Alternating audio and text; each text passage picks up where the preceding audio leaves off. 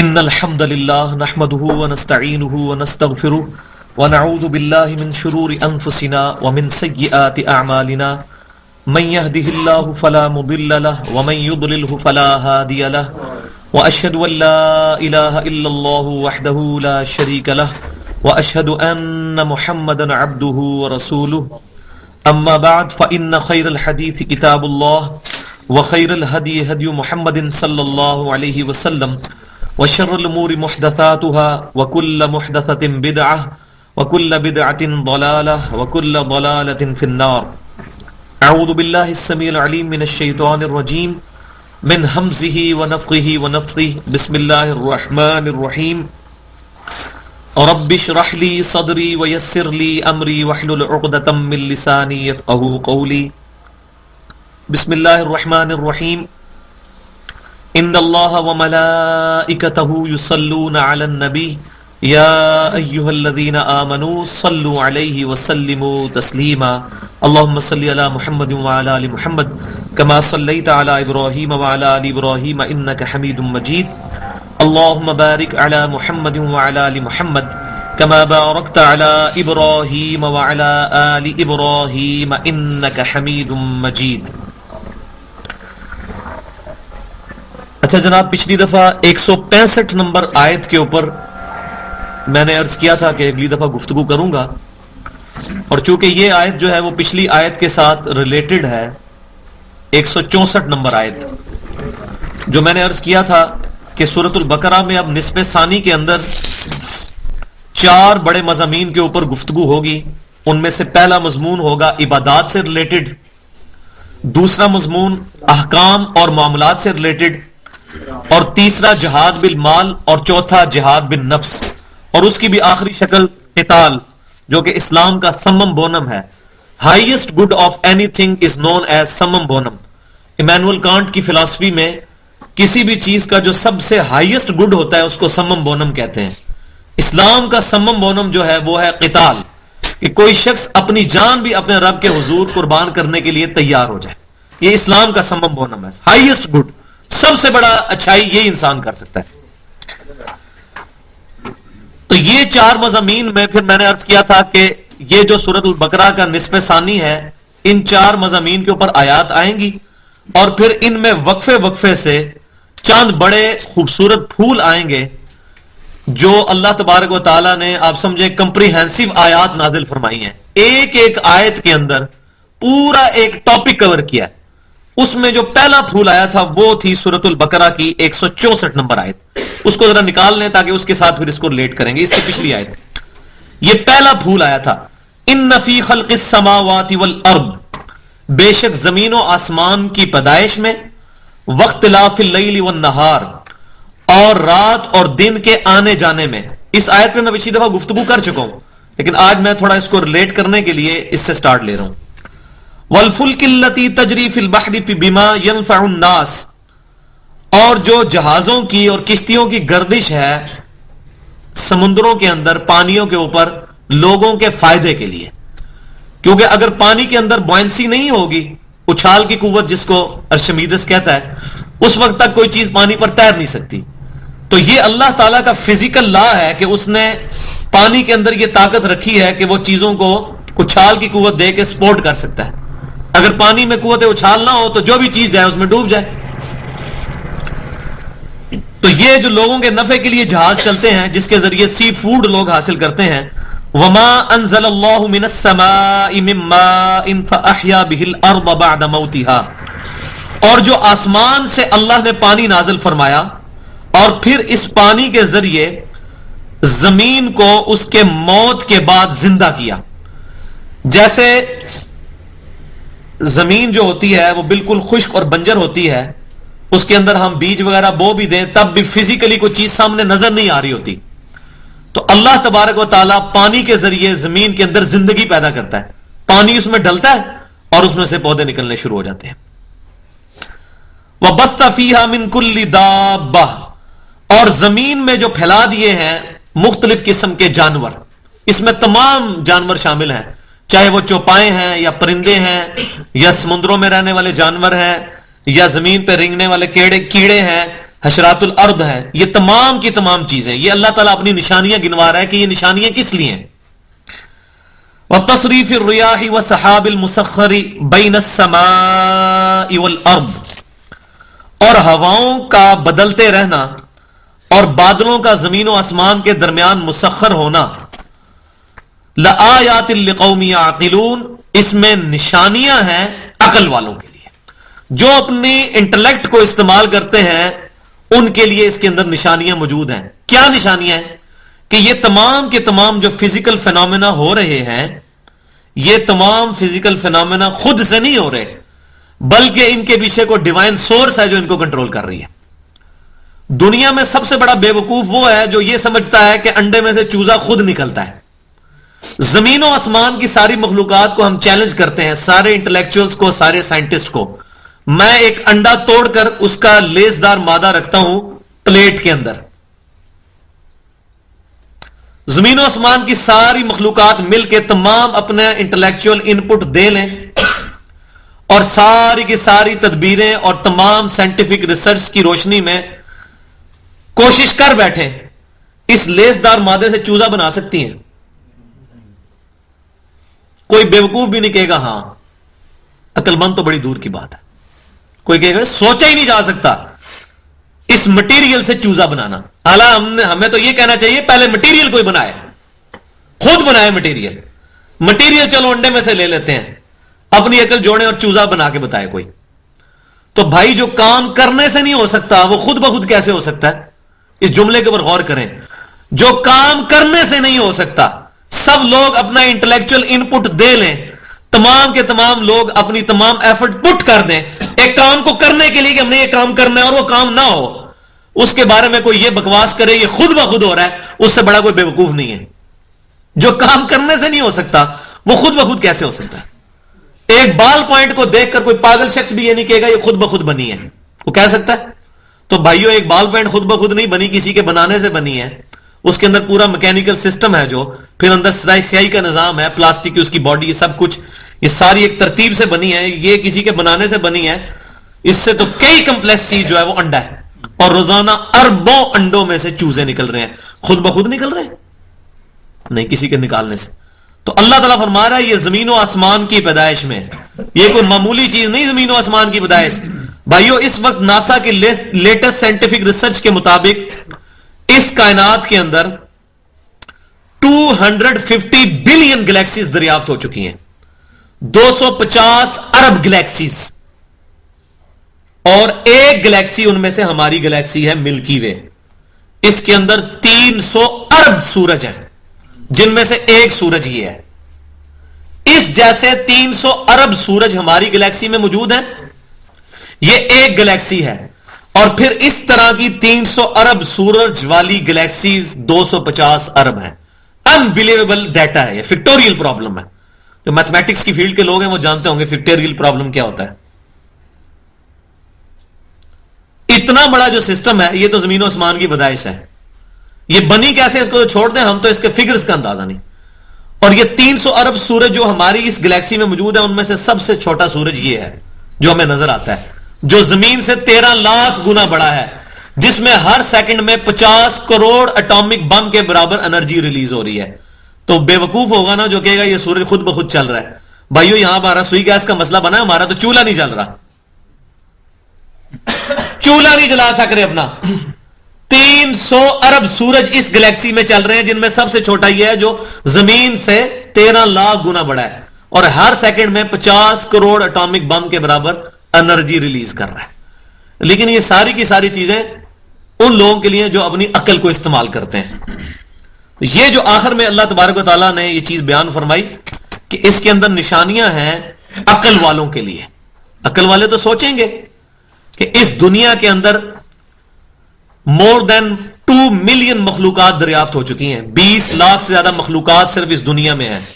گننا شروع کریں نا، اگر گھوڑا، گدھا، خچر، ٹھیک ہے جی، کوا، چیل، طوطا، اس طریقے سے گنے نا 20 لاکھ مخلوقات ہیں جو اس روئے ارض پہ دریافت ہو چکی ہیں. یہ نیشنل جغرافک اور ڈسکوری چینلز کے آپ کو فگرز بتا رہا ہوں، اپنے نہیں، جن لوگوں نے مار کھائی ہے اس فیلڈ میں. 20 لاکھ مخلوقات. پھر ہر یہ 20 لاکھ تو سپیشیز ہو گئی، پھر ہر مخلوق جو ہے اس کی آگے تعداد اربوں کے اندر ہے. ایک دہی کے کپ کے اندر 6 ارب بیکٹیریاز ہوتے ہیں. More than the human population on the face of earth. زمین پہ جتنے لوگ موجود ہیں اس سے زیادہ تعداد میں بیکٹیریا ایک دہی کے کپ کے اندر ہیں. تو باقی مخلوقات کا کیا بندہ اندازہ لگا. ملینز آف ویلز ہیں دنیا کے سمندروں کے اندر, اور ویل کی ایک وقت کی جو چھوٹی ویل کی خوراک ہے نا وہ 500 کلو گرام گوشت ہے. 35,000 کلو کی بھی ایک ویل ہے جو پیسیفک اوشن کے اندر ویلز موجود ہیں. ایک ویل کا وزن 35,000 کلو, 11 افریقن ہتھنیوں کے برابر وزن. اور اس طرح کی لاکھوں ویلز موجود ہیں اٹلانٹک کے اندر, پیسیفک اوشن کے اندر, بحر الکاہل میں, بحر اوکیانوس میں. یہ تمام کی تمام چیزیں خوراک بھی لے رہی ہیں, اور یہ لاکھوں سال سے اس روئے ارض پہ آباد ہیں. ان کی جو جنریشن چل رہی ہے وہ کسی خوراک کی وجہ سے چل رہی ہے. یہ ساری کی ساری جو نشانیاں ہیں, اس پہ میں نے پورا ایک لیکچر بھی دیا ہے.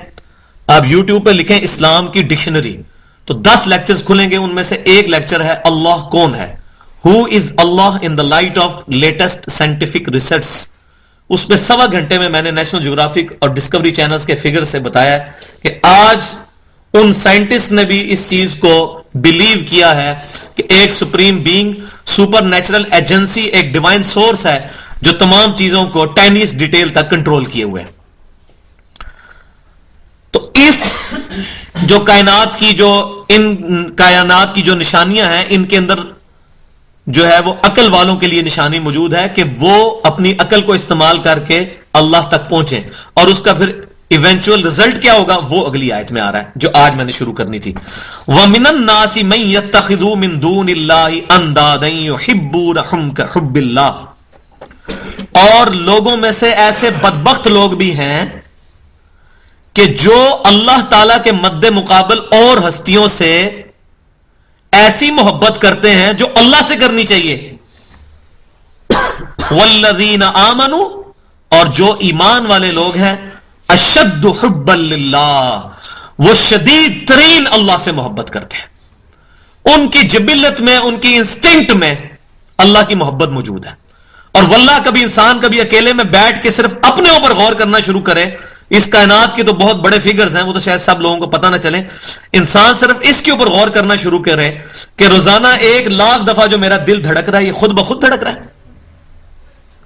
یہ دل روزانہ 10,000 لیٹر خون میرے جسم میں پمپ کرتا ہے, یہ خود بخود کر رہا ہے. ہر بندے کے جسم میں 1,00,000 کلومیٹر نسوں کا جال بچھا ہوا ہے جن تک خون پہنچتا ہے, یہ خود بخود پہنچ رہا ہے. 2.5 چکر زمین کے بنتے ہیں 1,00,000 کلومیٹر ہر بندے کے جسم میں. میرے پھیپڑے روزانہ 23,000 دفعہ سانس لیتے ہیں اور 23,000 دفعہ باہر نکالتے ہیں, یہ خود بخود ہو رہا ہے. میں تو 23 دفعہ خود سانس لوں نا یوں کر کے, خود لے کے نکالوں فزیکلی اپنی ایفرٹ پٹ کر کے, تو میں تو ایک دن بھی زندہ نہیں رہ سکتا. تو میری بے وقوفی اگر میں کہوں یہ خود بخود ہو رہا ہے. 12,000 دفعہ میری آنکھیں خود بخود جھپک رہی ہیں, نہیں, اس کو کوئی ڈیوائن سورس ہے جو کنٹرول کر رہی ہے. 25 دفعہ میرے گردے روزانہ ڈیلیسس کرتے ہیں, ایک ڈیلیسس کی قیمت 4,000 روپے مارکیٹ میں. 1,00,000 روپے کا کام میرے گردے روزانہ مفت کر رہے ہیں, یہ خود بخود ہو رہا ہے. ایک انسانی جسم کے اندر 100 ٹریلین سیلز ہوتے ہیں. کتنے؟ 100 trillion. 1 trillion is equal to 1000 billion. 1 trillion 1000 ارب کے برابر ہوتا ہے. اور 100,000 ارب خلیے ہر بندے کے جسم میں موجود ہیں جن تک آکسیجن روزانہ پہنچتی ہے. اگر ان تک آکسیجن نہ پہنچے یا ان کی ڈویژن ہی صرف کروموسوم کی جو ہے وہ ڈسٹرب ہو جائے تو انسان کو کینسر ہو سکتا ہے. تو روزانہ 100,000 ارب خلیوں کا بیک وقت صحیح پرفارم کرنا یہ خود بخود ہو رہا ہے. اس کو سائنٹسٹ کہتے ہیں کہ انگلینڈ جیسے 30 ملک ہوں اور سب ملک, یہ 30 ملک صرف درختوں سے پر ہوں, تو ان درختوں کے جتنے پتے بنیں گے نا اتنے انسان کے جسم میں خلیاں ہیں, ایک بندے کے جسم میں. 30 انگلینڈ جیسے ملک صرف درختوں سے پر ہوں. واللہ یہ خود بخود نہیں ہو رہا. اگر یہ ہو رہا ہے خود بخود تو زمین و آسمان کی ساری مخلوقات مل کے ایک انسان کے جسم کے 100 ٹریلین سیلز تک آکسیجن پہنچا کے بتائے. ہم تو گن بھی نہیں سکتے ان کو. یہ تو میں صرف سیلز بتا رہا ہوں. ایک سیل کے اندر کتنے ایٹمز ہوتے ہیں؟ ایک پانی کے چھوٹے قطرے کے اندر 1 ارب ایٹم ہوتے ہیں ایک پانی کے چھوٹے سے قطرے میں، 1 ارب. تو اب ایٹموں پہ اگر بات جائے تو کہاں تک جائے گی؟ یہ سارے کے سارے فگرز اللہ تعالیٰ نے اس بابرکت دور میں اس دور کو بابرکت اس لیے کہتا ہوں کہ آج سائنس کی ترقی کی وجہ سے اللہ تعالیٰ نے وہ جو سورہ حامیم السجدہ کی سیکنڈ لاسٹ آیت ہے، سنوریہم آیاتنا فی الآفاق وفی انفسہم حتی یتبین لہم انہ الحق، ان قریب زمین و آسمان میں اور ہم ان لوگوں کی جانوں میں ان کو ایسی نشانیاں دکھائیں گے وہ چیخ اٹھیں گے کہ یہ قرآن حق ہے. اور یہ کافروں کے ساتھ بات ہو رہی ہے کہ کافروں کو سنوریم آیاتنا فی الآفاق، اس سے پہلے کافروں کے ساتھ بات چل رہی، ان قریب ہم انہیں زمین و آسمان میں ایسی نشانیاں دکھائیں گے، وفی انفسہم، اور ان کی اپنی جانوں کے اندر بھی، حتی یتبین لہم انہ الحق، یہاں تک کہ یہ لوگ چیخ اٹھیں گے کہ قرآن حق ہے، یہ کلام حق ہے، اللہ کی ذات حق ہے. اور آج وہ چیخ اٹھے ہیں. 11 ستمبر 2001 کے بعد امریکہ میں روزانہ 400 بندہ مسلمان ہو رہا ہے، اور 11 ستمبر 2001 کے اس واقعے کے بعد جس کو ہم کنڈیم کرتے ہیں اور وہ امریکہ نے خود کروایا تھا، 34,000 امریکن صرف 9 مہینے میں مسلمان ہوئے ہیں قرآن پاک کا ترجمہ انگریزی میں پڑھ کے. ان کے لیے انٹرسٹ کیا ہے ان چیزوں میں کہ یہ کتاب ان چیزوں سے بحث کرتی ہے جو 20ویں صدی کے اندر لیٹسٹ سائنٹیفک ریسرچ کی وجہ سے دریافت ہوئی ہیں. اور 1400 سال پہلے جبکہ الیکٹرانک مائکروسکوپ بھی موجود نہیں تھی، جب ہبل کی ٹیلیسکوپ بھی موجود نہیں تھی، اتنی ٹائنیس ڈیٹیل تک زمین و آسمان کی نشانیاں اور ماں کے پیٹ میں بچہ کیسے بنتا ہے ایمبریولوجی کی فیلڈ کی ٹائنیس ڈیٹیل تک مینشن ہونا اس بک کے اندر. اور تقریباً 1000 کے قریب آیات سائنٹیفک فیکٹس کے اوپر بحث کرتی ہیں جن میں سے کوئی آیت بھی غلط نہیں ثابت اسٹیبلش سائنس کے مطابق. تو وہ چیخ اٹھتے ہیں کہ یہ کلمہ جو لا الہ الا اللہ محمد رسول اللہ، اللہ کے سوا کوئی معبود نہیں، محمد صلی اللہ علیہ وسلم اس کے رسول ہیں. کیونکہ ایسا شخص جو 1400 سال پہلے ایسی باتیں کر گیا جو آج سے 100 سال پہلے بھی کرنا ناممکن تھی، تو اس کا کوئی اور جواب نہیں ہے کہ کوئی ڈیوائن سورس ہے جو اس کو ٹیچ کر رہی ہے. الحمدللہ. تو اس کا انٹلیکچوئل رزلٹ کیا ہے ان چیزوں کا؟ والذین آمنوا اشد حبا للہ، جو ایمان والے ہیں وہ شدید ترین اللہ سے محبت کرتے ہیں. یہ ہے اس کا ایونچوئل رزلٹ. ان تمام چیزوں کے بعد انسان جب تفکر کرتا ہے تو اللہ کی محبت پیدا ہوتی ہے. اور اس کو میں جامعہ ترمذی کی حدیث سے بیان کروں.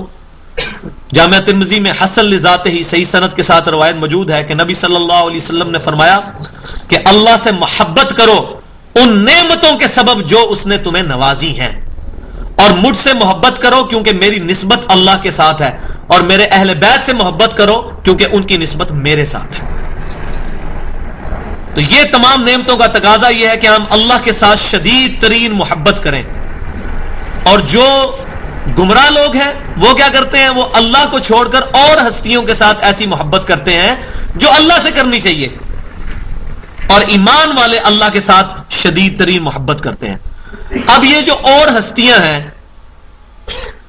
ان میں نمبر 1 تو وہ چیزیں ہیں کہ جو انسانوں نے اپنے ہاتھوں سے بت تراش کر ان کو اپنا معبود ٹھہرا لیا.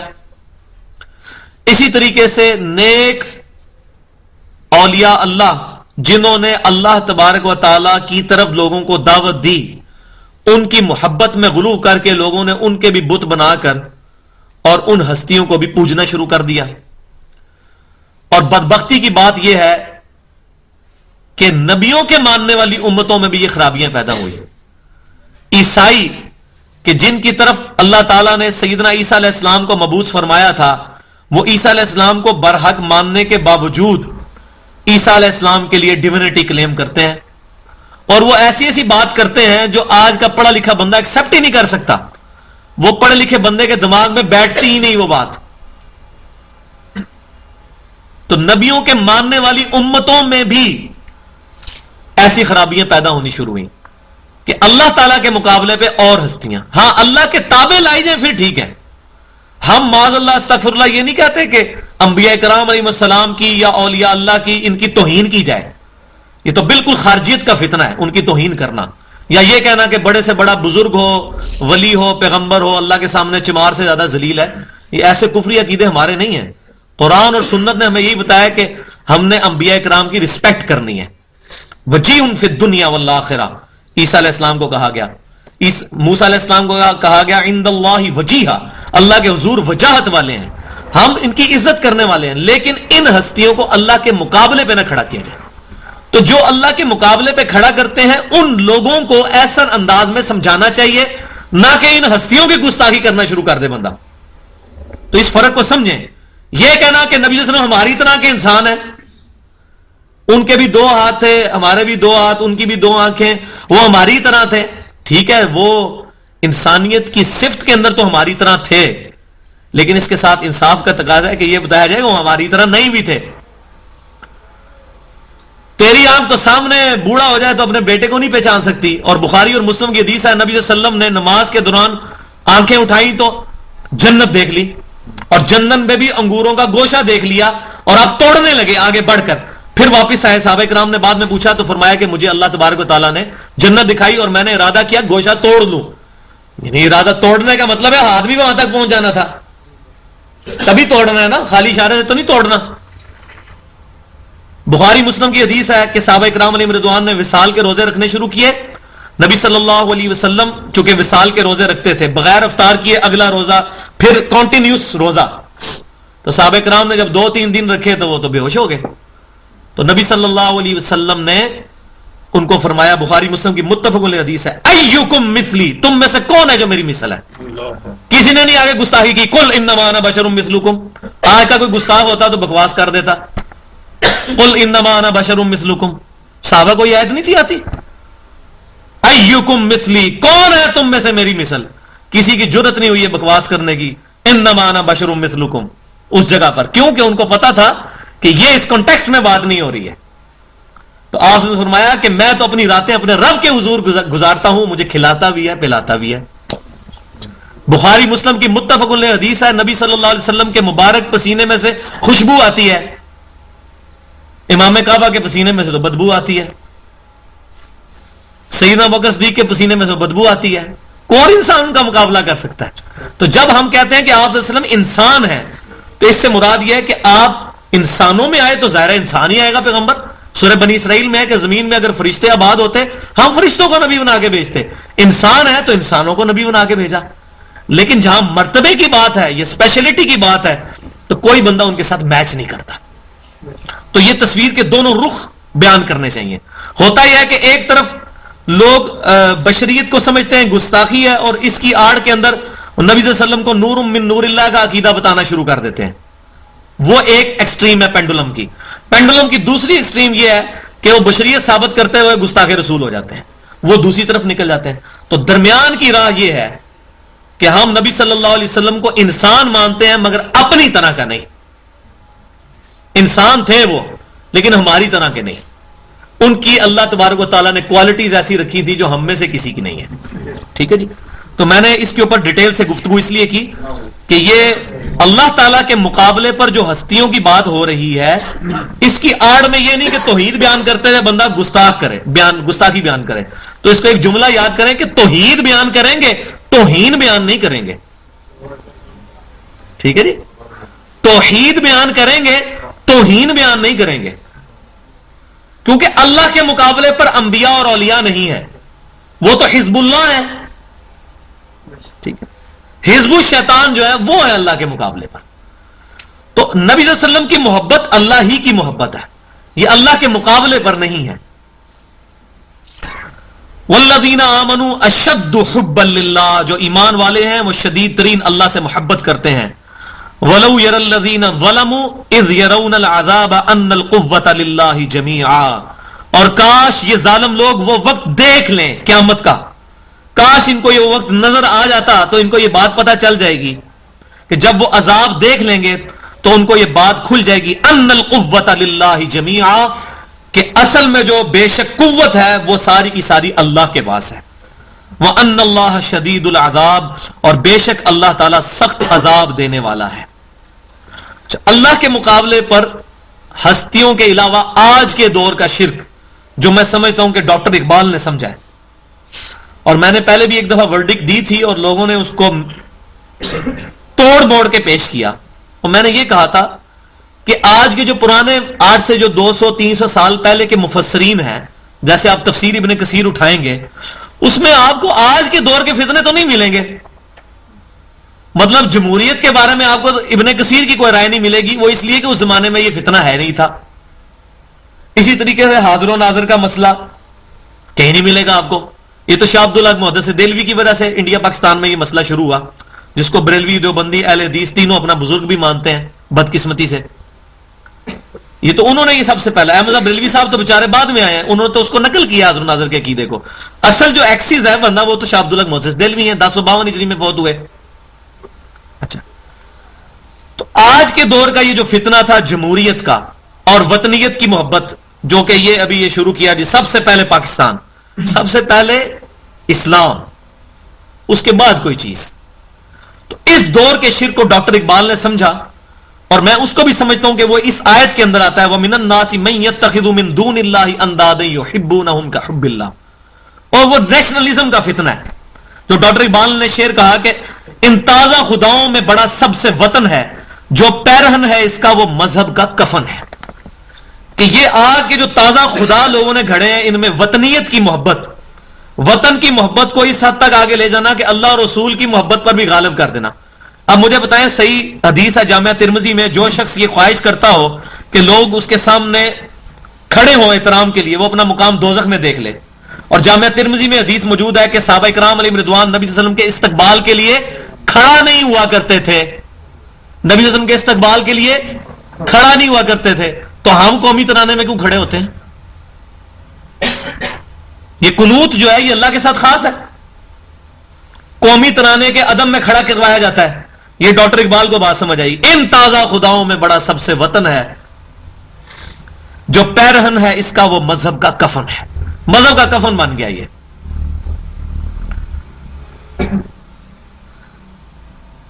تو میں نے یہ بات کی تھی کہ اس دور کے فتنوں کو اس دور میں اگر کسی بندے نے سمجھا ہے تو ہمیں اس سے وہ چیز لینی چاہیے.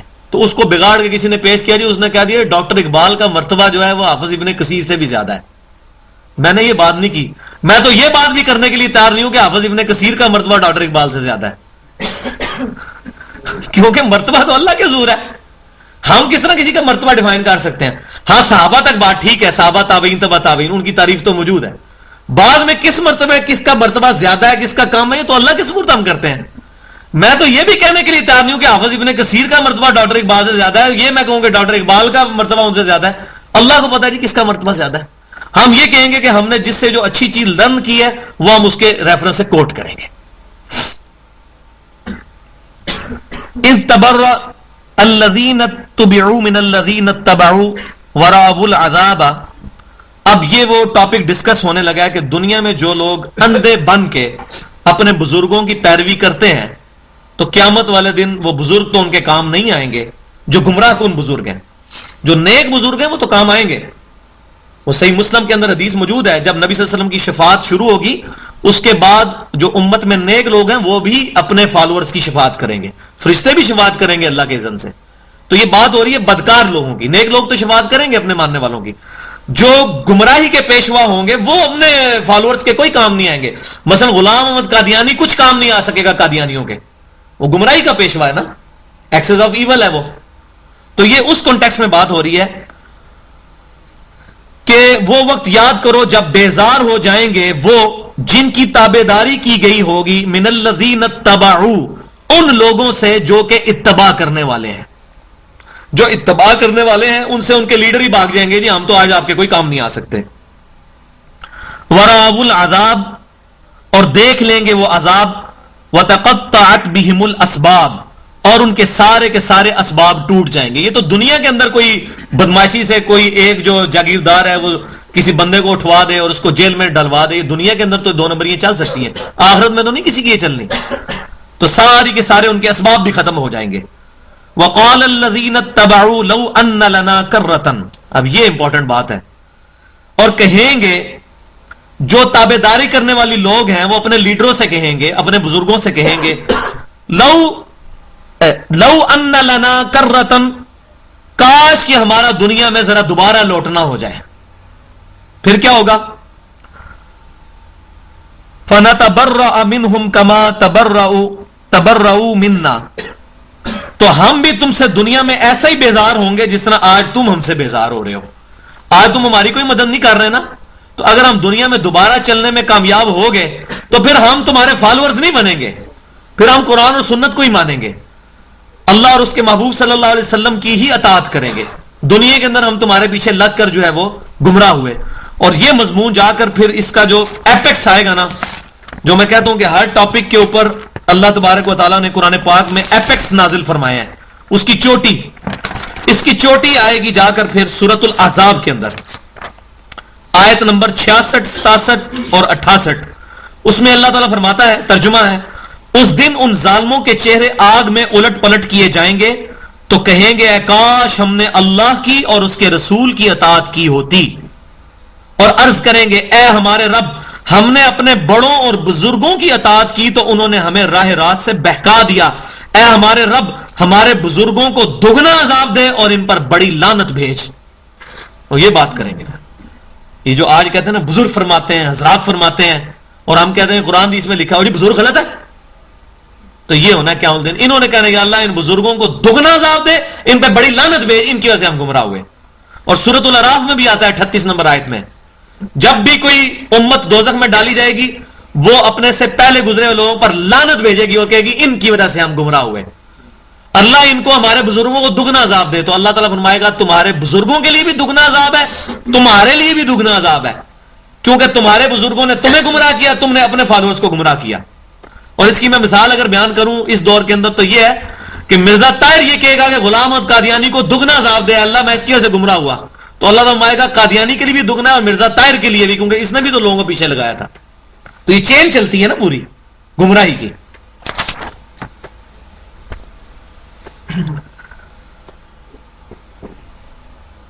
تو وہ کہیں گے کہ ہم دنیا میں اگر دوبارہ لوٹنا ہو تو ہم ایسے ہی بیزار ہوں گے جس طرح آج تم ہم سے بیزار ہو رہے ہو، ہم بھی تمہارا ساتھ چھوڑ دیں گے. کذالک یریہم اللہ اعمالہم حسرات، یوں ہی اللہ تعالیٰ ان کے اعمال کو ایک پشیمانی کا اور حسرت کا سبب بنا کر ان کو دکھا دے گا. دنیا کے اندر بڑے بڑے انہوں نے سمجھا ہوگا ہم نے بہت بڑی این جی اوز چلائیں. آج یہ بھی ایک بیماری چلی ہوئی ہے نا، پیسہ حرام کا ہے اور این جی او کھول دی ہے، پیسہ حرام کا ہے اور کوئی ہاسپٹل کھول لیا اور یہ سمجھ رہے ہیں کہ ان اعمال کا اللہ کے حضور کوئی اجر ہوگا. کوئی اجر نہیں. ایک طرف سے خون پسینے لوگوں کا جو ہے نچوڑ کے پیسہ اکٹھا کیا جائے اور حرام کا اور رشوت کا پیسہ اکٹھا کر کے کوئی مسجد بنوا دی جائے یا کوئی مدرسے بنا دیے جائیں. آپ دیکھ لیں ہمارا اس وقت جو صدر ہے کتنے پاکستان کے مدرسے یہ رن کر رہا ہے، آپ کو پتا ہے اس بات کا؟ اور اس کی کمائی کیا ہے وہ سب اوپن سیکرٹ ہے، پوری دنیا کو پتا ہے، بلکہ انسانیت کا اجماع ہے اس کی کمائی حرام ہونے پہ. مسلمانوں کا نہیں، پوری انسانیت کا اجماع ہے. آپ ذرا اخباریں پڑھ کے دیکھ لیں دوسرے ملکوں کے بھی، آپ کو پتہ چل جائے گا.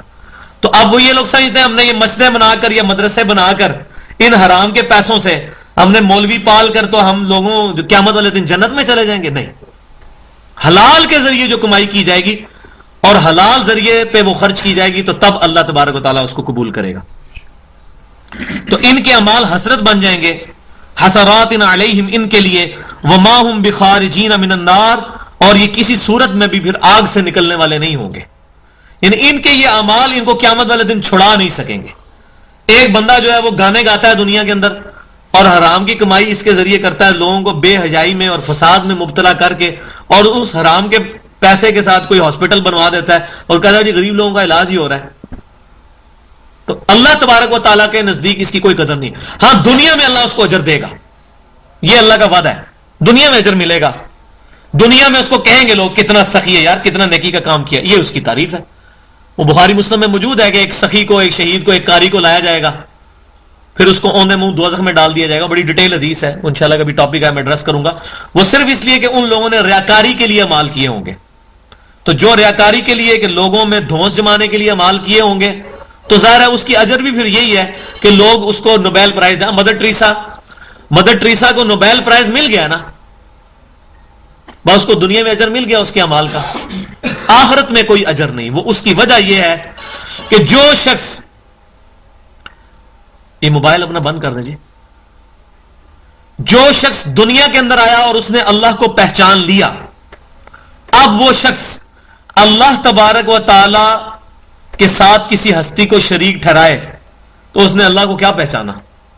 اللہ تعالیٰ سورہ مریم میں فرما رہا ہے کہ جس نے اللہ کے لیے بیٹا تجویز کیا اس نے اللہ کو اتنی بڑی گالی دی، قریب ہے آسمان پھٹ پڑے، زمین شک ہو جائے اور پہاڑ ریزہ ریزہ ہو جائیں، ان دعوا للرحمن ولدا، کہ انہوں نے رحمان کے لیے بیٹا تجویز کیا۔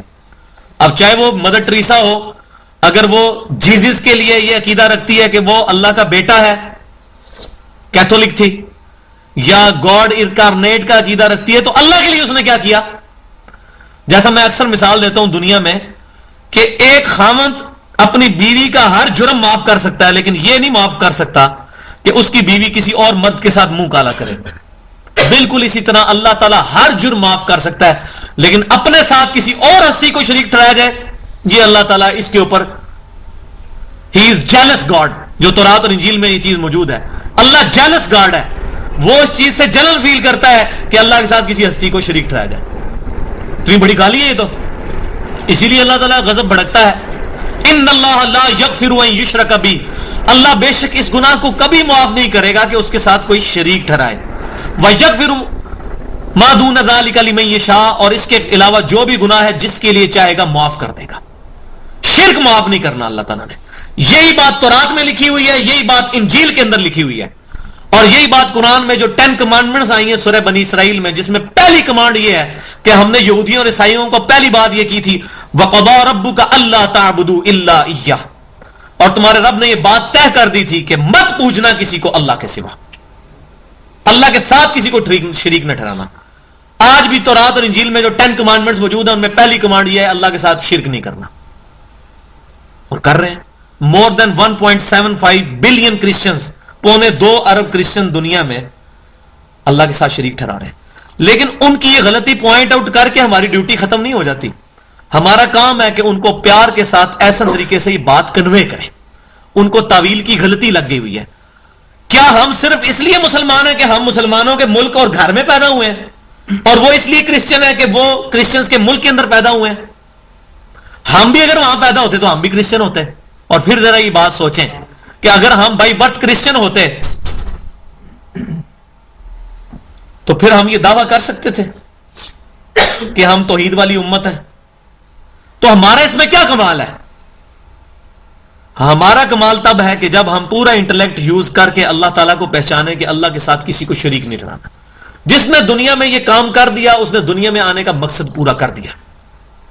صحیح مسلم میں حدیث موجود ہے، اگر میرا بندہ، کتاب الذکر چیپٹر میں اور جامعہ ترمذی میں بھی ہے، اگر میرا بندہ زمین و آسمان گناہوں کے بھر کر لے گئے اور اس حال میں وہ پیش ہو کہ اس نے میرے ساتھ کسی کو شریک نہ ٹھہرایا ہو، میں اس قدر مغفرت کے ساتھ اس سے ملاقات کروں گا۔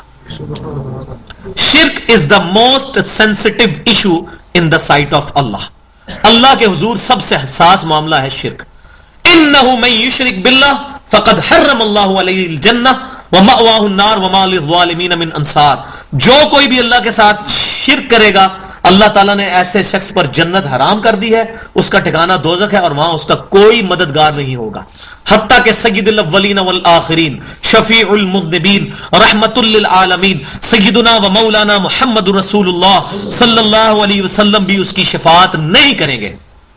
صحیح بخاری میں کتاب الدعوات چیپٹر میں، صحیح مسلم میں کتاب الایمان چیپٹر میں یہ حدیث موجود ہے کہ اللہ نے ہر نبی کو ایک دعا دی جو اس نے اس دنیا میں کر لی، میں نے اپنی دعا اپنی امت کے لیے چھپا کے رکھی ہے، میں قیامت والے دن اپنی اس دعا سے اپنی امت کی شفاعت کروں گا، اور میری شفاعت سے میرے ہر امتی کو نفع پہنچے گا سوائے اس کے کہ جس نے اللہ کے ساتھ کسی قسم کا شرک کیا ہو۔ اور شرک کیا ہے؟ دو چیزیں ہیں مین بھائی۔ 11ویں دینا کوئی شرک نہیں ہے، قبروں پہ جا کے چادر چڑھانا کوئی شرک نہیں ہے۔ اصل شرک دو چیزیں ہیں، ایاک نعبد و ایاک نستعین، عبادت اللہ کی، خاص اللہ کی عبادت، اور عبادت کی کیٹیگری میں جتنی چیزیں آتی ہیں وہ خالصتاً اللہ کے لیے ہوں۔ اب کوئی شخص 11ویں دیتا ہے، وہ یہ کہتا ہے جی شیخ عبد القادر جیلانی کو اس کا ثواب پہنچے، اللہ کے نام کی نیاز ہے، تو ہم اس کو شرک تو نہیں کہہ سکتے۔ یہ زیادہ سے زیادہ کہیں گے یہ ثابت کوئی نہیں ہے، یہ دین کے اندر ایڈیشن ہے۔ اور میں الحمدللہ میں تو کمپیریٹو اسٹڈی کا بندہ ہوں، 32 سال میرے بھی بریلویت میں گزرے ہیں۔ دنیا میں کوئی بریلوی نہیں جو یہ کہتا ہو کہ یہ شیخ عبد القادر جیلانی کے نام کی نیاز ہے. وہ مولوی جھوٹ بولتا ہے جو یہ کہتا ہے کہ بریلوی جو ہے وہ شیخ عبد القادر جیلانی کی نام کی نیاز دیتے ہیں. وہ صرف فرقہ پرست مولوی اپنے فرقے کو چمکانے کے لیے بکواس کر رہا ہے. کوئی نہیں ایسا کہتا, کسی کتاب میں یہ بات نہیں لکھی ہوئی. وہ کہتے ہیں کہ یہ اللہ کے نام کی نیاز ہے, شیخ عبد القادر جیلانی کو اس کا ثواب پہنچے. تو بھائیو یہ عقیدہ تو بہت بڑے بڑے بزرگ بھی مانتے ہیں. یہ عقیدہ تو شاہ ولی اللہ دہلوی نے بھی اپنی کتاب میں لکھا ہوا ہے. یہ تو شاہ اسماعیل دہلوی نے بھی اپنی کتاب کے اندر لکھا ہوا ہے. وہ خود کہتے ہیں میں اس چیز کا قائل ہوں, اگرچہ یہ صحیح دلیل سے چیز ثابت نہیں. تو ہم اس کو زیادہ زیادہ کہیں گے ان کی تعویل کی غلطی ہے, شرک نہیں ہے. اصل شرک کیا ہے؟ کوئی اللہ کے علاوہ کسی اور بزرگ کے نام کی قربانی دے یا اس کے نام کی نیاز تو کوئی نہیں بانٹتا. تو میں کہتا ہوں ایاک نعبد جہاں تک ہے اس کانٹیکسٹ میں الحمدللہ یہ امت تاحال تو شرک سے محفوظ ہے, اس شرک کے جلی سے. وہ بڑا شرک جو کہ یہودیوں کے اندر اور عیسائیوں کے اندر آیا, عیسیٰ علیہ السلام کو اللہ کا بیٹا ٹھہرایا. اس امت میں کوئی بھی اللہ کا بیٹا نہیں کہتا نبی صلی اللہ علیہ وسلم کو, الحمدللہ کوئی نہیں کہتا. لیکن اس کا جو دوسرا پورشن ہے نا وہ ایاک نستعین, اس میں آ کے معاملہ ایمبیگوس ہوا ہے. اور غائب میں صرف ہم تجھے ہی مدد کے لیے پکارتے ہیں, یعنی دعا صرف اللہ ہی سے. ایاک نستعین اس سے مراد ظاہری اسباب نہیں ہے, کیونکہ ظاہری اسباب کا تو قرآن میں حکم ہے وتعاونوا علی البر والتقوی, نیکی اور پرہیزگاری کے کاموں میں ایک دوسرے کی مدد کرو. اسباب اختیار کرنے ہیں, اسباب کی نفی نہیں ہے. لیکن غائب میں کسی ہستی کو پکارنا, اس سے دعا کرنا, جیسے یا علی مدد کہنا, یہ سیدنا علی کو غائب میں پکارنا ہے, یہ اللہ کے ساتھ خاص ہے. صرف اللہ تعالیٰ کو پکار سکتے ہیں, وہ بھی یا اللہ مدد کہہ کے نہیں, یا حیو یا قیوم برحمتک استغیث جو سنت سے ثابت ہے وہ والے الفاظ. یا اللہ مدد اردو تک تو ٹھیک ہے, لیکن نبی صلی اللہ علیہ وسلم سے نہیں ثابت. تو غائب میں مدد کے لیے پکارنا. تو اس میں ایک بات اکثر کی جاتی ہے, جی ہم حضرت علی کو یہ مانتے ہیں کہ وہ اللہ کی عطا سے ہی مدد کرتے ہیں. بھائی یہ تو جھگڑا ہی نہیں ہے کہ وہ اللہ کی عطا سے کرتے ہیں نہیں کرتے. جھگڑا یہ اللہ کے علاوہ کسی کو پکارنا نہیں ہے. اللہ کو پکاریں گے اللہ تعالیٰ فرشتہ مدد کے لیے بھیجے. جیسے صحیح بخاری میں حدیث ہے کتاب الوکالہ چیپٹر میں, کوئی شخص آیت الکرسی پڑھ کے سوتا ہے, اللہ اس کی مدد کے لیے ایک فرشتہ بھیجتا ہے, پوری رات اس کی حفاظت کرتا ہے. لیکن فرشتے کو نہیں پکارنا, یہ نہیں کہنا فرشتوں یہ پیغام دے دو کہ خادم تمہارا سیدار ہے. اب فرشتوں کو پکار لیا تو یہ شرک ہو جائے گا. فرشتوں کو نہیں پکار سکتے.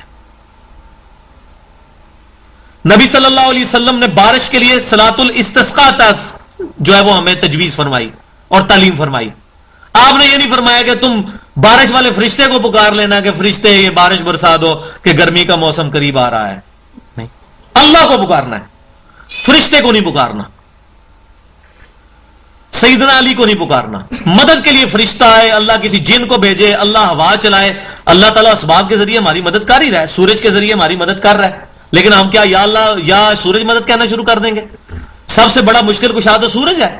سورج کی وجہ سے زمین پہ موسم تبدیل ہوتے ہیں, سورج کی وجہ سے پودے اپنی خوراک تیار کرتے ہیں, سورج کی وجہ سے زندگی ہے. پودوں کو جانور کھاتے ہیں, جانوروں کو ہم کھاتے ہیں. یہ پورے کا پورا لائف سائیکل جو ہے یہ سورج کی وجہ سے چل رہا ہے. سورج اگر مر جائے, سورج ختم ہو جائے, زمین پہ کوئی بھی زندگی نہیں رہ سکتی. تو ہم کیا نعوذ باللہ من ذالک سورج کو پکارنا شروع کر دیں گے مدد کے لیے؟ ہم کہیں گے اللہ مدد کرتا ہے, سورج سبب ہے. تو اگر یہ آج ہمارے شیعہ بھائی یہ کہنا شروع کر دیں کہ ہم حضرت علی کو نہیں پکاریں گے, ہم اللہ کو پکاریں گے ایاک نستعین کے تحت, تو بس بات جھگڑا ختم ہو جائے گا.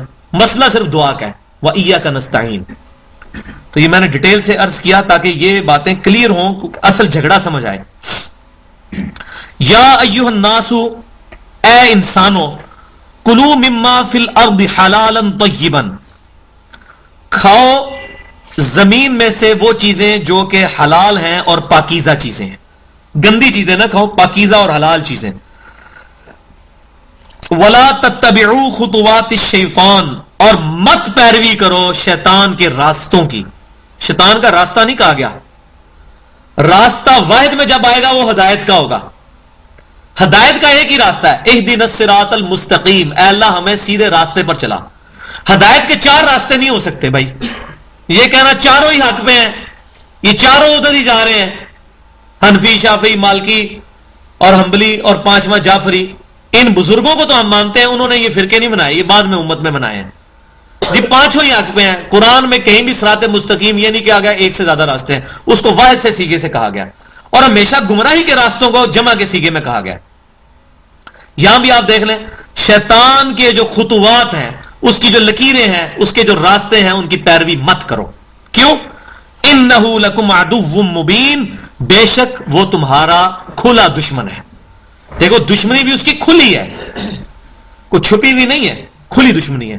لیکن اس میں اللہ نے ہمیں ایک فیور دی ہے کہ شیطان کا کوئی فزیکل ٹینجیبل ہمارے پہ اثر نہیں ہے, کہ کوئی بندہ یہاں سے چلتا ہے کہ جی میں جو ہوں وہ نماز پڑھنے کے لیے مسجد میں جاؤں تو راستے میں شیطان کھڑا ہو جائے اور کہ میں تمہیں مسیت ہی نہیں وڑن دینا. کبھی نہیں ایسا ہوگا, کبھی نہیں ایسا ہوگا. فزیکلی اس کا کوئی اثر نہیں ہوگا. ہاں انٹلیکچوئل ہوگا, دماغی طور پہ وہ کہے گا. تو دماغی طور پہ تو ہمیں مؤذن کی بھی آواز آ رہی ہے, حی علی الصلاۃ حی علی الفلاح, آ رہی ہے نا. اور کبھی ایسا نہیں ہوگا کہ اذان شروع ہو اور آپ کے پاؤں خود بخود مسجد کی طرف چلنا شروع ہو جائیں, آپ روکنا بھی چاہیں تو نہ رکیں. ایسا بھی نہیں کبھی ہوگا. انا ہدیناہ السبیل اما شاکرا و اما کفورا, ہم نے ہدایت کا راستہ, گمراہی کا راستہ واضح کر دیا. چاہو تو اس کو مانو, چاہو تو اس کو مانو, تمہاری اپنی مرضی ہے. اللہ تعالیٰ فزیکلی کسی کو مجبور نہیں کرے گا, لیکن بتا ضرور دیا کہ شیطان کے جو راستے ہیں ان سے بچو. اور وہ آگے آ رہا ہے, وہ کون سا راستہ ہے؟ انما یأمرکم بالسوء والفحشاء, وہ تو تمہیں اس بات کا حکم دیتا ہے کہ تم کرو برائی, جو الٹا راستہ ہے نا وہ تم اختیار کرو. والفحشاء, اور اس برائی میں بھی سب سے ٹاپ آف دا لسٹ چیز وہ ہے بے حیائی. یہ آیت شاید صحابہ اکرام علیہ رضوان پر اس طرح نہ کھل سکی ہو, ان پر یہ آزمائش نہیں آئی جو آج اس امت میں اس زمانے کے اندر آ چکی ہے. صحابہ اکرام کے زمانے میں تو عورتیں بھی پردہ کرتی تھی, گھروں سے باہر نکلتی نہیں تھی, اور کسی مسجد کے دہانے پر کسی چوک کے اندر 20 فٹ بائی 20 فٹ کا ٹیلی نار کا کوئی بےہودہ پوسٹر بھی نہیں تھا لگا ہوتا. لہذا صحابہ کرام کی ازمائشیں اور چیزوں میں تو بہت ہوئی, اس معاملے میں ان کی ازمائش نہیں ہوئی اس طرح کی جس طرح ہماری ہے. ایک ازمائش میں وہ ہم سے بہت آگے ہیں کہ ان کو جان کی اور مال کی قربانی دینی پڑی, لیکن جہاں تک آنکھوں کی حفاظت کا اور بے حیائی سے بچنے کا معاملہ ہے, ان کے لیے مواقع ہی کوئی نہیں تھے جو آج ہمارے لیے موجود ہیں, انٹرنیٹ کی شکل میں, موبائل کے فتنے کی شکل میں.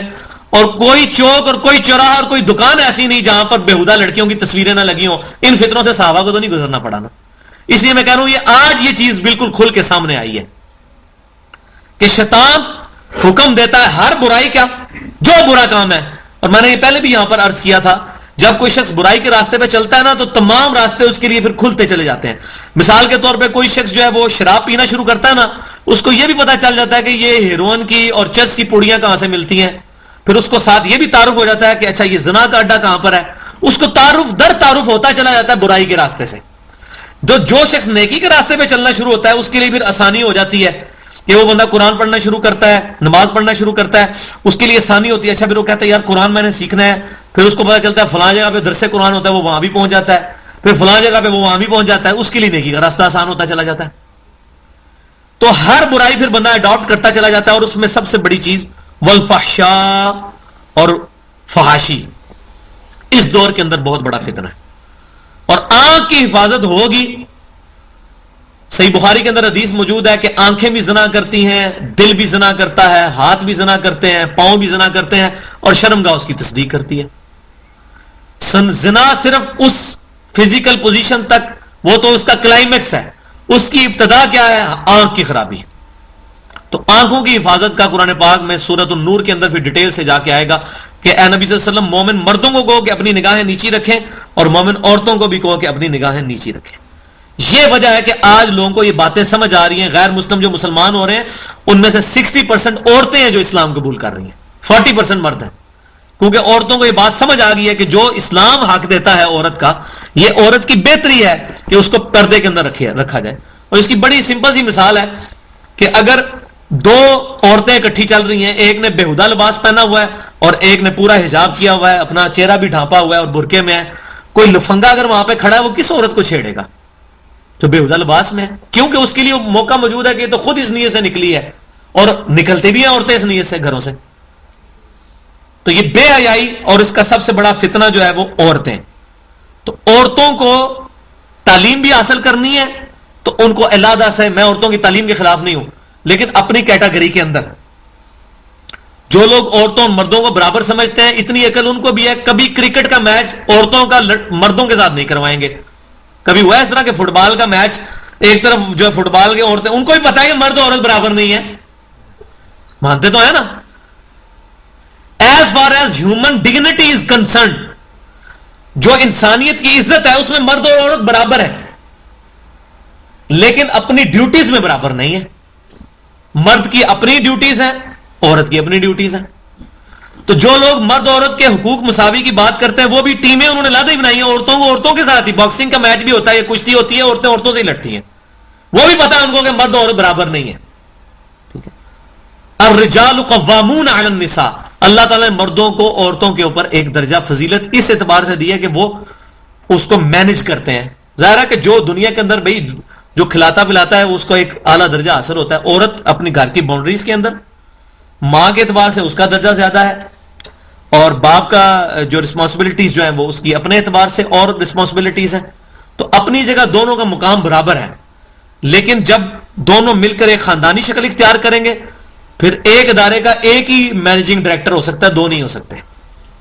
کسی ملک کے 2 وزیر اعظم ہوتے ہیں، 2 صدر ہوتے ہیں، نائب صدر ہو سکتا ہے. تو گھر میں نائب صدر کی حیثیت سے بیوی ہوگی، صدر ایک ہی ہوگا، کیونکہ مینجمنٹ جب ہوگی تو پھر فائنل ڈیسیژن ایک بندے کے پاس ہی ہوگا. تو یہ عورتیں آج اس اعتبار سے عورتوں کی تعلیم بھی علیحدہ اداروں میں ہونی چاہیے. اور الحمدللہ ہمارے پاکستان کے اندر بھی ایسی یونیورسٹیز بنی ہوئی ہیں میڈیکل کی جو بالکل علیحدہ سے ہیں، عورتوں کی تعلیم بالکل علیحدہ ہے. تو اس میں کوئی حرج نہیں عورتوں کی تعلیم میں، لیکن اس میں پھر یہ پابندیاں بھی ہونی چاہیے کہ عورتوں کو اس طریقے سے اجازت نہ ہو.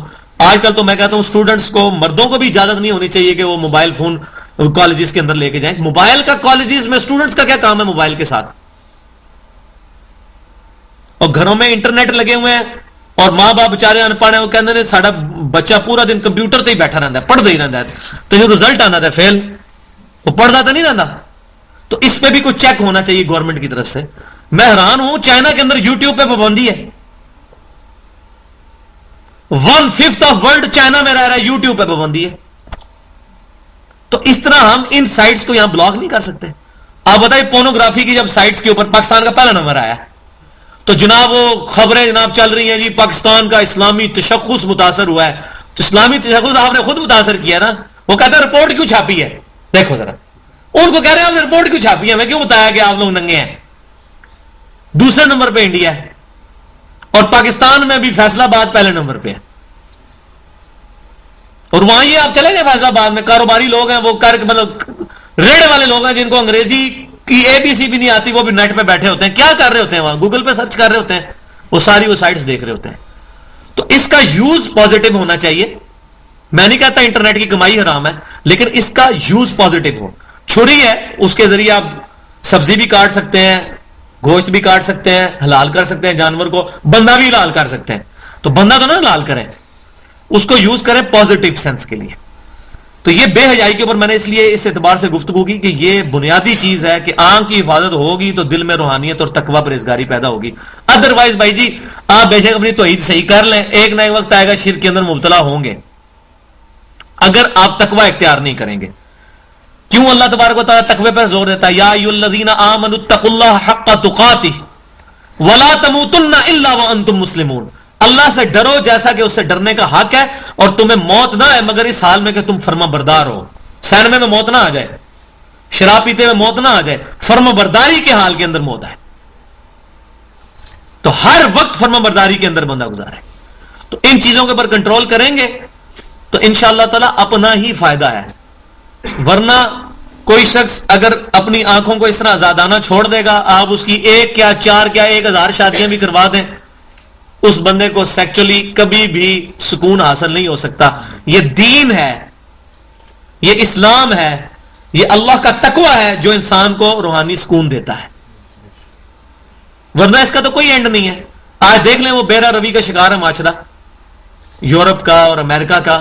ہم کہہ رہے ہیں وہ ترقی کر رہے ہیں، وہ ترقی کن لوگوں کی وجہ سے کر رہے ہیں؟ ہماری وجہ سے کر رہے ہیں وہ ترقی. اب ناسا کے اندر دیکھیں 8 سے 8-10 سال پہلے 35 ڈائریکٹر جو تھے نا ناسا کے، ان میں سے 12 ڈائریکٹر پاکستان کے تھے، UT لاہور کے پڑے ہوئے. سارے یہ سب کانٹیننٹ کے لوگ بیٹھے ہوئے ہیں وہاں پہ، چائنیز بیٹھے ہوئے ہیں، پاکستانی، بنگلہ دیش. ساری سافٹ ویئر کی جو مارکیٹ ہے ان لوگوں کی وجہ سے چل رہی ہے. کیوں؟ یہاں خاندانی نظام ٹوٹا نہیں ہے. ان کے اپنے لوگ تو پڑھتے ہی نہیں ہیں. میرے اپنے 2 بھائی 7-8 سال سے انگلینڈ میں سیٹل ہیں, وہاں ان کا اپنا گھر بھی ہے, تو وہ تو بتاتے ہیں کیا صورتحال ہے. یہ جو ہم کہہ رہے ہیں ترقی کر رہے ہیں وہ ہمارے لوگ ہی ویسے یہاں سے لوگ جاتے ہیں, ان کو اپوائنٹ کرتے ہیں, ان کی اپنا تو سسٹم کولیپس کر گیا ہوا ہے سارا ان کے تو اسکولوں میں ہی جو ہے وہ صورتحال خراب ہو جاتی ہے, وہ لوگ تو اوپر تک جا ہی نہیں سکتے ہیں. آپ جا کے دیکھیں ان یونیورسٹیز کے اندر انڈینز اور پاکستانی پروفیسر ہیں جو ان کو پڑھا رہے ہیں, اگر ان کے اپنے ہو تو پڑھائیں نا ان کو. تو سارے کا سارا سسٹم کولیپس ہو چکا ہوا ہے ان کا, وہ انہی چیزوں کی وجہ سے, اس بے حیائی کے دور کی وجہ سے. والفحشاء وان تقولوا علی اللہ ما لا تعلمون, اور وہ تمہیں پھر شیطان اس بات کا بھی حکم دیتا ہے کہ تم اللہ کے اوپر وہ بات بولو جس کا تمہیں علم نہیں ہے. علم کے بغیر اللہ تعالیٰ کے بارے میں تم کنسپٹ رکھنا شروع کر دو, اللہ تبارک و تعالیٰ کے بارے میں صفات کا عقیدہ رکھنا شروع کر دو بغیر علم کے. جیسے لوگوں نے بغیر علم کے یہ کہنا شروع کر دیا جی کہ جی دیکھیں جی ماں بھی تو اپنے بچے کو نہیں آگ میں جلا سکتی, تو اللہ تعالیٰ کس طرح اپنے بندے کو جلائے گا. اب اس طریقے سے اینالوجیز بنانا شروع کر دیں اگر ہم, تو پھر میں کہوں گے قرآن میں حضرت آدم کو فرشتوں نے سجدہ کیا تو ہمیں نبی صلی اللہ علیہ وسلم کو سجدہ کرنا چاہیے. تو اینالوجیز تو نہیں بنانی, باؤنڈریز لمٹس دیکھنی ہے ہم نے, اپنی عقل نہیں استعمال کرنی. اپنی عقل استعمال کریں گے وحی کے اندر اندر. جب وحی کو سپیریئر مان لیا, ہاں جب تک آپ نے وحی قبول نہیں کی اس وقت آپ کو اختیار ہے آپ دین نہ قبول کریں. لا اکراہ فی الدین, دین کو قبول کرنے کے معاملے میں کوئی جبر نہیں ہے. اس آیت کا یہ مطلب نہیں ہے کہ دین کے اندر آ جائے تو وہ بدماشیاں کرتا پھرے. مثال کے طور پر آپ نے اگر پولیس میں بھرتی ہونا ہے تو آپ کو کوئی زبردستی کہتا ہے پولیس میں بھرتی ہو, کہتا ہے کوئی؟ آپ میرٹ سے ون کرتے ہیں پھر پولیس میں بھرتی ہوتے ہیں, اور آپ پولیس میں بھرتی ہو جائیں, آپ کہیں جی لا اکراہ فی الدین, میں پولیس کی وردی نہیں پہنوں گا, وہ کہیں گے جی چلو دفع ہو یہاں سے, کہیں گے نا. وہ کہیں گے لا اکراہ فی الدین کا مطلب یہ ہے کہ پولیس میں بھرتی ہونے کے لیے کوئی کراہت نہیں کسی پہ کہ زبردستی ہے, لیکن جو بندہ ایک پولیس کے ادارے میں آ گیا اب وہ اس کے لاز کو فالو کرنا اس پہ ضروری ہے.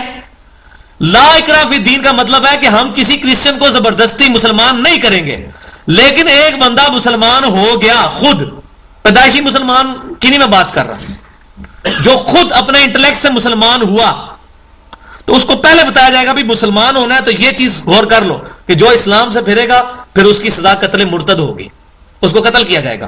تمہاری مرضی بے شک نہ ہو اسلام میں, ہمیں کوئی ضرورت نہیں ہے, لیکن اگر آؤ گے تو یہ باؤنڈریز ہیں. جس طرح آپ کے آئین میں محمد علی جناح کی توہین کی سزا قتل ہے, اور آج لوگ بکواس کر رہے ہیں گستاخ رسول کی سزا قتل کیوں نہیں ہے, تو کسی بھی انٹلیکچوئل نے یہ بکواس کی ہے آج تک کہ پاکستان کے جھنڈے کی توہین پہ سزا قتل ہے, محمد علی جناح کی توہین پر جو سزا قتل ہے یہ سزا ختم کرو. اگر تمہیں اپنے دنیا دار لوگوں کا اتنا پاس ہے کہ تم ان کی قدر کرتے ہو کہ ان کی کوئی توہین کرے گا تو اس کو ہم قتل کریں گے, تو ایک شخص جو کہ 1.25 ارب لوگوں کے دل کی دھڑکن ہے, دنیا میں 1.25 ارب لوگ اپنے ماں باپ اولاد سب لوگوں سے بڑھ کر اس سے محبت کرتے ہیں, اس کے بارے میں لوگوں کو اجازت دے دی جائے کہ وہ سر عام ان کی گستاخیاں ان کو گالیاں دینا شروع کر دیں. اس سے بڑا کوئی فتنہ نہیں ہے دنیا کے اندر. اور یہ جو لوگ بکواس کرتے ہیں ٹالریٹ کرنا چاہیے, ان سے پوچھو کہ میں میڈیا میں کھڑا ہو کر صدر پاکستان کو ماں بہن کی گالی دوں تو مجھے معاف کر دے گا؟ جس نے بش کو جوتا مارا تھا اس کو معاف کر دیا گیا, کتنی اذیتیں اس کو دی جا رہی ہیں, کیا ہو گیا؟ آزادی ہے نہ رائے کی, اس نے مار دیا جوتا تو کیا ہوا؟ کہیں گے نہیں نہیں نہیں نہیں نہیں, ہاں صرف نبیوں کی توہین کرو وہ آزادی ہے رائے کی, ہماری توہین کوئی نہ کرے, یہ دوغلی پالیسی ہے.